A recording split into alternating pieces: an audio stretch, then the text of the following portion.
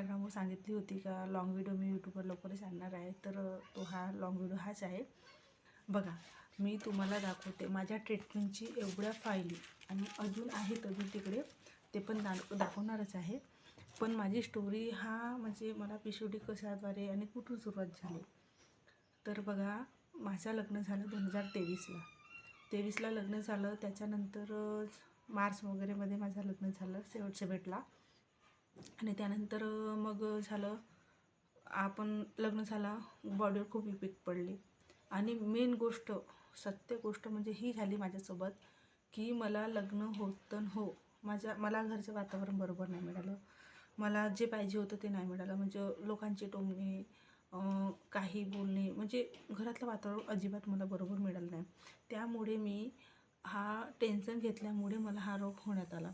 PCOD रोगाला tension अजिबात पाहिजे नाही. मी अनमॅरिड असताना मला हा अजिबात याचे काही माहीत नाही. मला सिम्पटम्स दिसत होते आधी, मग मला हा कळलं हळूहळू लग्न झाल्यावर की नाही बाबा, मग माहीत पडलं ह्या रोगाच्या खोलात गेला आपण की नाही, याचे सिम्पटम्स, याचे लक्षणं असं असं होतं. तर मला हा आधी जाणवलं, पण जोपर्यंत आपण गेला नाही तोपर्यंत आपल्याला माहीत नाही झालं.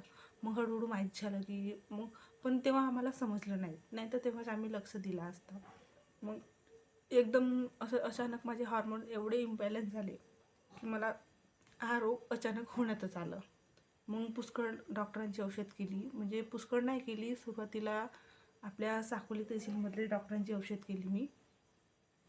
आणि तेव्हा माहीत नव्हतं की याचा एवढा मोठा परिणाम होईल म्हणून. नाहीतर तेव्हाच मी काळजीने मी औषध केली असती. तेव्हा मी निष्काळजीपणे औषध खाल्ली, निष्काळजी घेतली, तेवढी काळजी नाही घेतली शरीराची, आणि हा सगळा माझ्या बॉडीवर इफेक्ट पडत आहे. त्यानंतर मी हळूहळू मग वरची पायरी चढत गेली, म्हणजे मला आराम नाही लागलं कुठंच.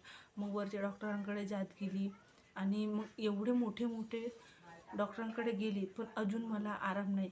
आणि मी कुठल्याही हॉस्पिटलचा नाही आणि कुठल्याही डॉक्टरांचं नाव घेणार नाही, कारण मला कुठल्याही डॉक्टरांना आणि कुठल्याही हॉस्पिटलला बदनाम करायचं काही माझं हे नाही आहे उद्देश. पण मी माझी एक स्टोरी शेअर करतो, कारण याचा एकच कारण आहे, कारण आज मला झाला तर उद्या चालून तुमच्याही घरात हा घडू शकतो.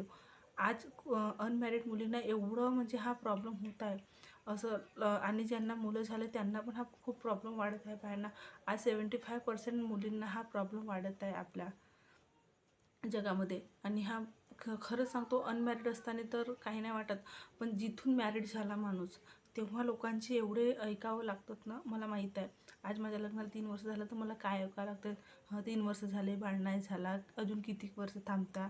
अरे पण हो, माझा प्रश्न मला आहे, माझी काळजी मला आहे. मला माहीत आहे की मी कुठून, म्हणजे कुठल्या परिस्थितीतून मी जात आहे. मला पण बाळाची इच्छा आहे, पण काय करू, माझ्या हातात नाही आहे ना. माझ्याशी जे प्रयत्न होते ते मी करत आहे ना.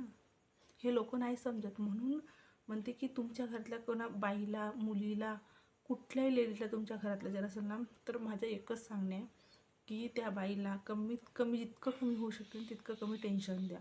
ह्या टेन्शनमुळे हा रोग खूप वाढला. आजही माझ्या घरामध्ये आज अशा परिस्थिती आहेत की मी काहीतरी कुठून तरी अशी फ्री नाही आहे.